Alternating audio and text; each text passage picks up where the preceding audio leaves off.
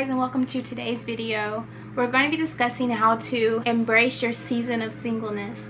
I asked a few of my close friends on Instagram what I should do my first girl talk over, and they basically all said how to enjoy being singles. So they gave a little bit of a background about my personal dating history, if you could call it that. So I definitely would consider myself a serial dater. I was that girl who always had a boyfriend, always had a man. That's not always a good thing. Always had a boyfriend. It really took me going through this very traumatic relationship and breakup in early 2020 where I felt like I was trying to give all of my love to this person and it wasn't being reciprocated in a way that I needed to receive it. Breaking up and going through that whole trial really forced me to learn how to be by myself, because during that season I didn't want to see a guy, I didn't want to talk to a guy. They just disgusted me. I didn't have anything to do with a guy. I tried to talk to a few. I just felt like they weren't worth my mental or emotional time, so I just would always go back into my little Tyra bubble where I felt comfortable. And there's nothing wrong with that, because I had gotten so comfortable with my singleness in that season I was in. I didn't want to jeopardize that for somebody who would be temporary or wouldn't be worth my time. I recently moved to Austin after graduating from grad school, and I didn't plan on getting into a relationship. That was not my intentions at all. I was kind of resistant to it in a way, but I decided I slowly wanted to start putting myself out there again. I was moving to a new city, I had a new degree, new apartment, grown-up stuff. My friend recommended that I get on a little dating site just to put myself out there, which is totally out of my personality, what I would normally do. But I'm kind of glad I did, because I ended up meeting the guy that I'm with now. I definitely feel like we really just hit it off. I feel we are two different people in one relationship versus in the past where it's been one half trying to make a whole, and I feel like an individual in our relationship versus a part of a half in the relationship, if that makes sense. So the first thing I recommend in the process of accepting your singleness and embracing that singleness is, if you just got out of a relationship, sis, you need to stop communicating with him. I know it's like, oh yeah, but we're friends. No, cut it, no. Because at the end of the day, you're just reliving that trauma. And how are you supposed to move forward whenever you're still reliving that daily? A duck is still a duck.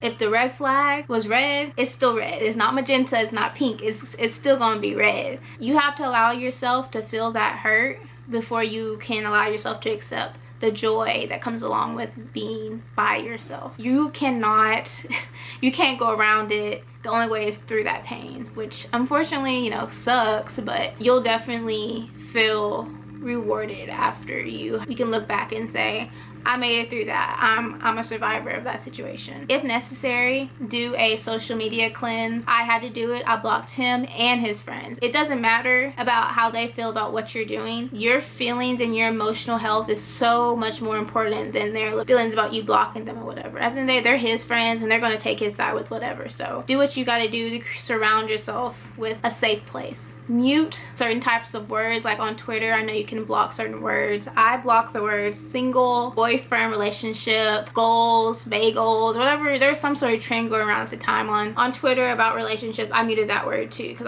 I couldn't do it. I even muted some of my friends who are in relationships. I just couldn't see that stuff. It was very triggering for me. And if you're in a fragile place like that, it's okay. Do what you have to do to allow yourself to be at peace. Something I definitely recommend is, if you are going through a heartbreak, a breakup, I definitely recommend creating a playlist. But don't just make that sad playlist. I definitely highly recommend making two playlists. One that's sad girl hours playlist with all your sad, weepy, love, broken heart ballads, and then you have a baddie playlist where it's like, oh, I'm moving on, I can do better than you, I don't need you kind of playlist. And make sure you switch it up. You don't want to be in the sad girl the sad girl period for an extended period of time. You want to be able to boost your confidence and just grow. You don't want to be stuck in that hurt for too long. Give yourself some time, but don't give yourself too much time to wallow in that. The next thing I recommend on my ways to embrace your singleness is write down things you didn't like about yourself in the last relationship, and write down things you didn't like about your partner in your previous relationship. After you write down those things, reflect and manifest on how you can improve those things or change them in the future. So for example, some of my things were, I didn't do the things that I wanted to do. My identity kind of became the relationship. I put the relationship on this pedestal, and as you know, when you do that, everything else just falls. Like it's not a solid foundation. So being able to do those things that I used to do, making sure your day revolves around you and doesn't revolve around, you know, other things. Like focus on you. Another thing I learned was chemistry does not equal compatibility. Oftentimes, this is a different topic for another video. Most definitely I can speak on this for days, for hours. Insane chemistry sometimes ends up being a very toxic situation. So if you have all chemistry but no compatibility, it's going to be fun, it's going to be exciting, but I guarantee that flame will burn out as quickly as it ignited. Something else I recommend is asking your friends what they see for you and your future partner, your future lover, your future husband, your future soulmate, like what character traits they see in your person. And, you know, do the same for yourself and reflect on the two lists and kind of compare, and then maybe make one big list, or just, you know, keep the two separate, just so you can see what others want for you. And I think that's a beautiful thing. To some people see things that you need that you maybe not see for yourself. And then when you feel the urge, you know, again, to start dating, start putting yourself out there, refer to that list. Also refer to the list of the things you didn't like about your previous partner and you didn't like about yourself. And when you start dating, try to uphold that list realistically, of course, so you can continue to, you know, move forward and not start a pattern of dating the same losers over and over again. I recommend next to romanticize your life. Your life is such a beautiful thing. You only have one. If you were in a TV show, would you be the main character or would you be a supporting actor? And that really got me thinking. I'm always here trying to pour from an empty cup, and I just feel empty and not fulfilled. So it's important to, you know, put that energy back into yourself. Spend time alone and being vulnerable with yourself. Take yourself out on a date. Go to the movies. Go get your toes done. Go out to eat. Go get your hair done. Do those things by yourself. It may be a little awkward at first, but if you can't be vulnerable by yourself, how can you expect to be vulnerable with a partner? Completely vulnerable with a partner. So you have to work on yourself before you can even work on doing something with another person. This last one I took very seriously. Work on your goals. That would be loud whenever I'm trying to record.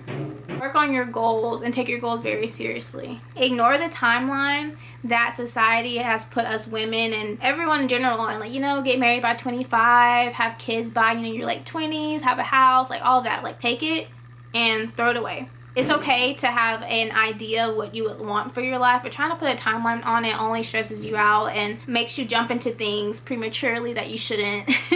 And, you know, and you end up in situations that you probably should have never been in. First, focus on your career. If you want to switch careers, you want to continue going further in the one that you're already in, start a new hobby, whether it's photography, YouTube, or, you know, whatever that may look like for you. Continue focusing on your schoolwork, go back to school, you know, get another degree, personal development. Get a therapist. I definitely got a therapist. I was just mentally not in a good place. There was other factors going on at the time, but getting a therapist really helps me. Being able to talk to someone, having access to someone I talk to about where I am mentally was very important. Lastly, as someone who is in their 20s, it was so important that I start getting my finances in order. I opened up a Roth IRA and started putting money in it. I was putting it bi-weekly. Now I do it monthly because I work for the state. You know, investing in your financial future as well. I know for me, I was raised never to be a woman who has to depend on a man. So even in my singleness, that really just, you know, made me want to go even harder on that. So definitely invest in your financial future. Lastly, it is so important. Invest in your sisterhoods. These women are the women who pick you up when you are down. I'm bad. I'm bad about not reaching out to people. My friends and I all have a mutual understanding that I don't. I need to do better, but I just don't. Investing in those sisterhoods, you need to pick up the phone and call your girlfriends, call your sisters, call whoever is your hype team, whatever. FaceTime them. Call, FaceTime. Text is okay, but I think calling, you really get to feel the vibe of that person and just feel like you're in their presence. Find a confidant and a safe place where you can be vulnerable. I definitely, during the season of singleness, had moments where I just felt so lonely. I was so used to waking up every day, texting a man or a boy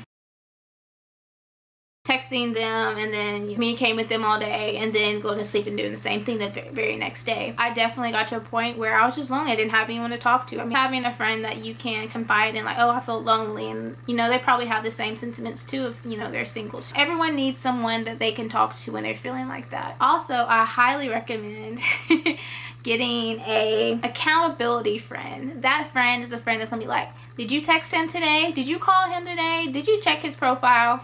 Just having that friend to kind of be on your butt about things. You may not want to hear what they have to say 100% of the time, but they're very important friend. Thanks for watching my video. I hope this was really helpful for you. I may do another part of this and kind of, you know, branch off. Let me know what you think in the comments below. Appreciate you watching the video, and stay tuned for more.